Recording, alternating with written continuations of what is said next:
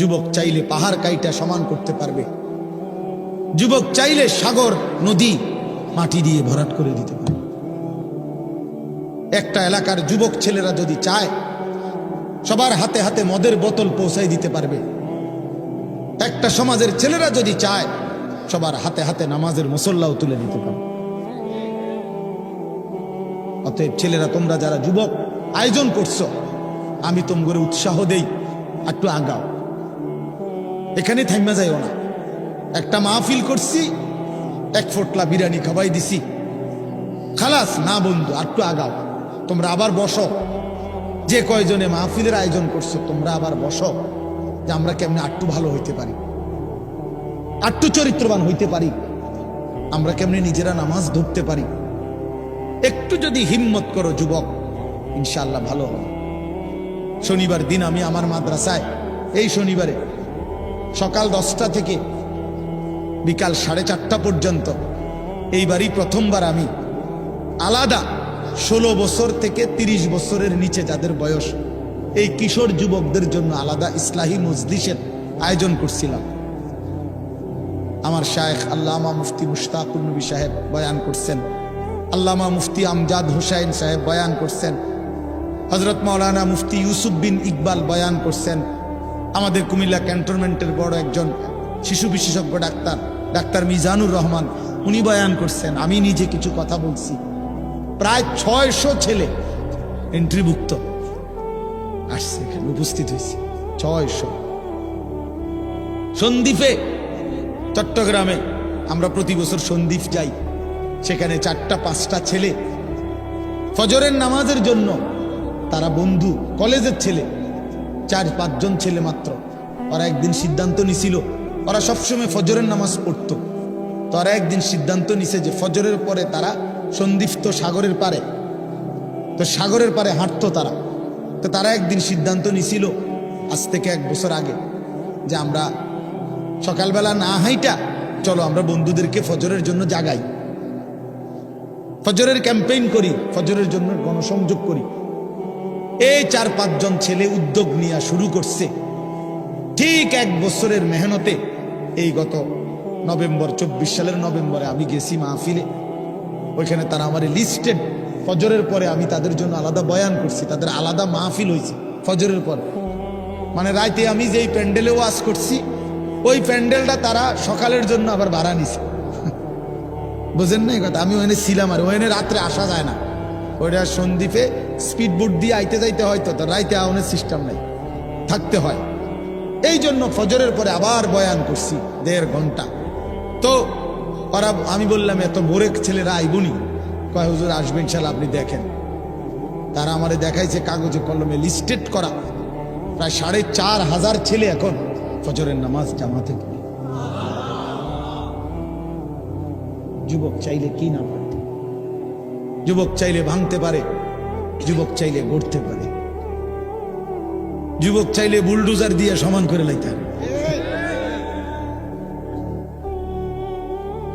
সমান করে ফেলতে পারে। আবার সেই ভাঙার উপরে যুবক চাইলে গড়তেও পারে।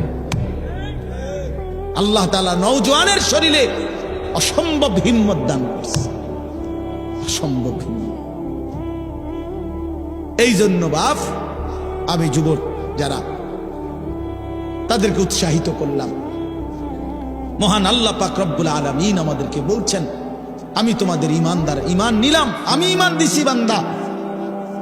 আমি গত বছর যখন তাবলীগের সফরে ছিলাম দিনাজপুর জেলায়, গত বছর আগস্ট মাসে 72 বছর বয়স্ক একজন হিন্দু লোককে কালেমার দাওয়াত দিছিলাম। ওনার 2 ছেলে মুসলমান, ওনারে আমি 2.5 ঘন্টা কালেমার দাওয়াত দিছি। আমরা 3 জন আলেম মিলে কত অনুনয় বিনয় করছি, কাকুতি মিনতি করছি, কাঁদছি, চোখের পানি ফেলছি। একটা বার চাচা কালেমা পড়েন, আপনার ছেলে মুসলমান, ছেলের বউ মুসলমান, আপনার নাতি নাতনি সব মুসলমান, আপনি এখনো বসে আছেন কেন? আহা, এই 72 বছর হয়ে গেছে। বুড়া মিয়া কয়, আমি ওটা বলবো না। বলে নাই। আমি আমার সাথীদের কাছে, আমার 26 জন সাথী নিয়ে চিল্লাই গেছি, 16 জন আলেম, এক চিল্লা সফরে 950 মানুষ আল্লাহর রাস্তায় বের হয়েছে চিল্লার জন্য। আলহামদুলিল্লাহ, আল্লাহই করাইছে। তো বলতেছিলাম, আমি সাথীদের কাছে এসে বলছিলাম যে দেখেন, 72 বছর বয়স হয়ে গেছে, এক আল্লাহর বান্দা, তার জবান দিয়া কোনোদিন তার মালিকের নামটা বের হয়। আর আমারে আপনারে আল্লাহ তাআলা কত বড় তৌফিক দিছে যে আমরা কত হাজারবার লক্ষবার কালেমা লা ইলাহা ইল্লাল্লাহ মুহাম্মাদুর রাসূলুল্লাহ এটা যে আমরা পড়তে পারি, পড়তে পারছি, এই সৌভাগ্যের কৃতজ্ঞতা কি? এটা যদি আল্লাহ আমগো জবান দিয়ে কোনোদিন না বলাইতো। কথা বলে না বাপ, এই ছেলেরা, মিয়া, এই আব্বাস, যারা নামাজ পড়ো না, আরে না ফরমান, তুই যদি হিন্দুর ঘরে জন্ম নিতি, তুই যদি ইহুদির ঘরে জন্ম নিতি, তুই যদি খ্রিস্টানের ঘরে জন্ম নিতি, বেটা কি হতো জীবন? যদি কোনোদিন কালেমার আহ্বান না শুনতা। তুমি তো মুসলমানের ঘরে জন্ম নিয়া এভাবে ইমানকে ফেলে দিলা, মুসলমানের ঘরে জন্ম নিয়ে এভাবে নামাজকে প্রত্যাখ্যান করলা। ছি ছি ছি ছি, তোমারে দেখে তো হিন্দুও হাসবে, তোমারে দেখে তো ইহুদিও হাসবে, তোমারে দেখে তো খ্রিস্টানও হাসবে, যে দেখছো হয় নাকি শ্রেষ্ঠ জাতি, ওদের ধর্ম নাকি শ্রেষ্ঠ ধর্ম, ওদের ধর্ম কোরআন নাকি শ্রেষ্ঠ কিতাব, ওদের শ্রেষ্ঠ ধর্ম ওদেরই পছন্দ হয় না, ওদের শ্রেষ্ঠ কিতাব ওরাই পড়তে পারে না। তো এটা কিসের শ্রেষ্ঠ? কথা বলেন না। তাহলে আমি তো আমার ধর্মের অপমান। কথা বলেন না, আমি আমার ধর্মের অপমান না, আমি আমার কোরআনের অপমান। এজন্য তোমরা যারা বেনামাজি ছেলে, তোমরা ধর্মের অপমান। তোমাদের যাদের চুল বেঈমানের মতো, তোমরা মুসলমান ধর্মের অপমান। তোমাদের কারণে আমার ধর্ম লজ্জিত, তোমাদের কারণে ধর্ম বেইজ্জতি হয়েছে।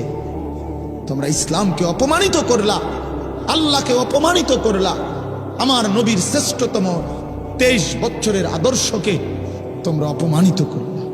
এই অপমানের বিচার আল্লাহ করবে, মনে রেখো, ছেড়ে দিবে না বাপ। আল্লাহ কোরআনে বলছে, বান্দা আমি 1 সেকেন্ড ছাড়বো না, আমি হিসাব নিব। তুমি আমারে কি মনে করছো বান্দা? বাদ্যুকে খাওয়াইছি দেখে তুমি মনে করছো আমি মাতি না? হ্যাঁ, কিটা মনে করছো? এ পেশাব পায়খানা আর ভাত তুমি মনে করছো আমি কিছুই বলবো না, কিছুই বলবো না। তুমি জানো না ফেরাউনকে শোয়াইছে কে? তুমি জানো না কারুনকে শোয়াই দিছে কে? তুমি জানো না নমরুদ সাদ্দাতকে নিশ্চিহ্ন করে দিয়েছে কে? তুমি শোনো নাই? তুমি আন্দাজ করো নাই আমি আল্লাহ কেমন? এই পৃথিবীর কত অবাধ্য জাতিকে আমি আল্লাহ ধ্বংস করে দিয়েছি, শোনো নাই? কই, গোটা পৃথিবীর সমস্ত আধুনিক প্রযুক্তি থাকার পরেও তো বাবা আমেরিকার ওই বেঈমানরা, ক্যালিফোর্নিয়ার লস অ্যাঞ্জেলস, তাদের একটি স্টেট আগুনে দাবানলে পুরে ছাই হয়ে গেছে। লক্ষ লক্ষ কোটি কোটি মিলিয়ন বিলিয়ন ডলারের এক এক বিল্ডিং। আপনারা মুরব্বীরা মিলিয়ন বিলিয়ন ডলার কিতা এটি বুঝতেন না? কয়টা আপনি 1 মিলিয়ন বিলিয়ন ডলার কত টাকা? কমপক্ষে 300 টাকার বেশি। মানে আপনি এটি বুঝতেনও না, টেহাইডি এটান বুঝতেনও না। কথা বুঝছেন কেন? হ্যাঁ, আমরা কিতাবে পড়ছি এক বুজুর্গকে, হ্যাঁ, একটা জিনিস দামি ওনার কাছে ছিল, তো ওনার কাছে বলছি এটা আপনি বিক্রি করে দেন। কত মূল্য? উনি বলছে 100 দিরহাম, 100 টাকা। তখন উনি যখন বিক্রি করে দিছে, ওনারে 100 দিরহাম দিছে। তো অন্য কেউ ওনারে পরে বলছে, হায় হায় জনাব, আপনি তো বহুত বড় ঠকছেন, মাত্র 100 টাকা দাম চাইলেন, এটার দাম তো আরো অনেক। তো উনি বলছেন, আল্লাহর কসম, 100 টাকার উপরে, 100 দিরহামের উপরে কোনো সংখ্যা আছে? আমার তো এটা জানা নেই, আমার তো এর উপরে কিছু জানা নাই। আমার মেজো বোনের বিয়ে যখন হয়েছিল, মেজো বোন, আমি তখন প্রাইমারি শেষ করে মাদ্রাসায় ভর্তি হয়েছি। এই সময় আমার বোনের বিয়ে হয়েছে। তো বোন জামাই যখন ওই আগে ছোটবেলায় বিয়ের দিন বোন জামাই যখন আসছে তখন শরবত খাওয়াইছি যে গেইটে নাকি তখন কিছু টাকা দিতে হয় না, যে শরবত খাওয়ায় তারে। তো আমারে 100টা টাকা দিছে উনি প্রথম। তো এগুলা নাকি ওনার কাছে আরো টাকা ছিল, তো ওই আর একটু সাফাসাফি করলে আরো দেয়, আরো কিছু দেয়, না মানলে আরো দেয়, এমনি এমনি নিয়ম ছিল। আমার 100 টাকা দিছে, আর এটা দেখে আমি একটা দৌড়ে আইয়ালাইছি। আমার পুরো মনে আছে, একেবারে কসম, আমার পুরো এখনো মনে হইলো আর এই কথাটা। আমার একেবারে আমার ভাই, চাচাতো ভাইটাই বা অন্যরা এত দমকাইছে, বেউকুফ, 100 টাকা লইয়া দৌড় দিয়ে আইয়ালাইছ। আমি বলছি আমি তো আসলে এর চাইতে বেশি টাকা জীবনে আর দেখিই নাই।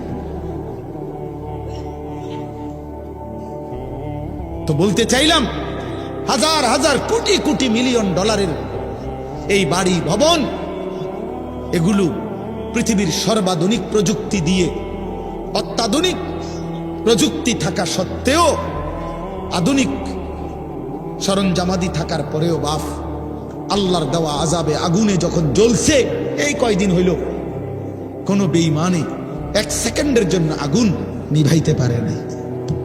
14,000 ফায়ার সার্ভিস কর্মী একসাথে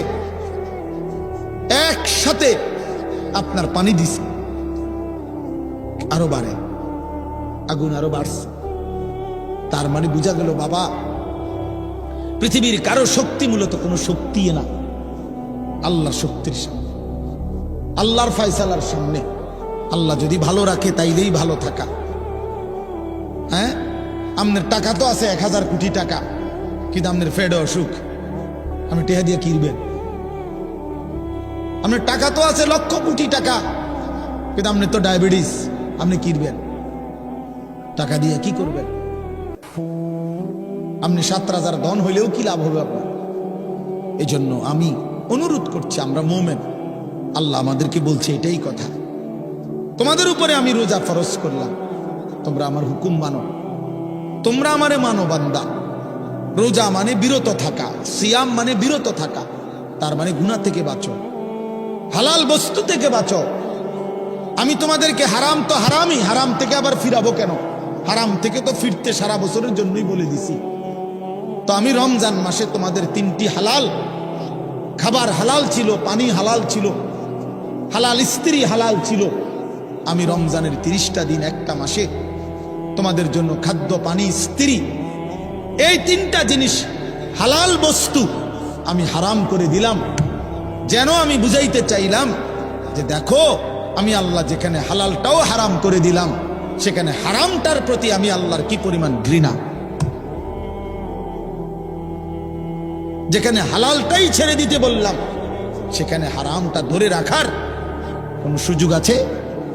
অতএব মিথ্যা, চুরি, ডাকাতি, জিনা, ব্যভিচার, মদ, জুয়া, নাচ, গান, সুদ, ঘুষ, মা বোনদের বেপর্দা জিন্দেগি ছেড়ে দেন, ছেড়ে দেন। একজন বুঝলে একজনই, কোনো অসুবিধা নাই, আমার কোনো আফসুস নাই। আমি সব সময় ফেরিওয়ালার মতো আমি বুঝি, একজনই শুনুক, একজনই যদি ভাবে আলহামদুলিল্লাহ। সংখ্যা দিয়ে আমি কি করব? বুঝেন না? 10 কোটি মানুষ আমারে মনে করেন আলগি দিছে, তো কিছে কিছে? আমার কবর রাজাব মা। বাংলাদেশের একেবারে মনে করেন 50 লাখ লোক আমার চিনে, তো কিছে? আমার কবর রাজাব মা। তো আর কি, পরিচিতি, অপরিচিতি, জনপ্রিয়তা, এগুলো কোনো বিষয় না, এগুলো কোনো মুখ্য বিষয় নয়। বিষয় হলো আল্লাহর কাছে গ্রহণ হওয়া, আখিরাতের মুক্তি পাওয়া, জাহান্নাম থেকে মুক্তি পাওয়া। অতএব আজকে এতটুকুই মূল কথা। আমরা প্রত্যেকেই এটা ভাবি, আমরা মুমিন। প্রিয় ভাই বলেন, আমরা এখানে যারা এখন বসছি, রাত 12টা বাজে, আমার কথা শেষ, নীরবে 1টা মিনিট ইনসাফের সাথে ছেলেরা, বাবা বলো তুমি মুসলমান কিনা? না না, ছেলেরা আলাদা বলো, বাবা কও তোমরা মুসলমান কিনা? প্রিয় বাপ বলো তুমি মুসলমান কিনা? তুমি মুসলমানের সন্তান কিনা? তাইলে তুমি, বয়স্ক যারা আছেন তারা আপনারা বসা থাকেন, কিন্তু তোমরা যারা 30 বছরের নিচে ছেলে, তোমাদের বয়স, বুঝে শুনে ধোকা দিও না, আল্লাহর সাথে ধোকা করো না, আল্লাহর সাথে মস্কারি করো না। হাদিসের মধ্যে আছে এক লোক নবীজির সামনে বাম হাত দিয়ে খাইতেছিল, মুসলিম শরীফের হাদিস। নবীজি তারে বলছে ডান হাতে খাও, তখন সে বলছে আমি ডান হাতে খাইতে পারি না। নবীজি বলছে তাইলে আর পারবাও না, কসম আল্লাহর, ওই হাদিস আছে। সাহাবী বলে ওই লোক আর কোনোদিন ডান হাত মুখের কাছে আনতে পারে নাই, কারণ সে তো মূলত মিথ্যা বলছিল, অহংকার করে বলছিল। এই জন্য আমি অনুরোধ করছি, তোমরা যারা 30 বছরের নিচে আছো, ছেলে বাবা, তোমরা দিল থেকে বুঝে শুনে তোমরা নিয়ত করে দাঁড়াও, যে এই কথার নিয়তে দাঁড়াও, যার ভাল লাগে যে আমি ইনশাল্লাহ চেষ্টা করুম ফজর সহ 5 ওয়াক্ত নামাজ পড়তে।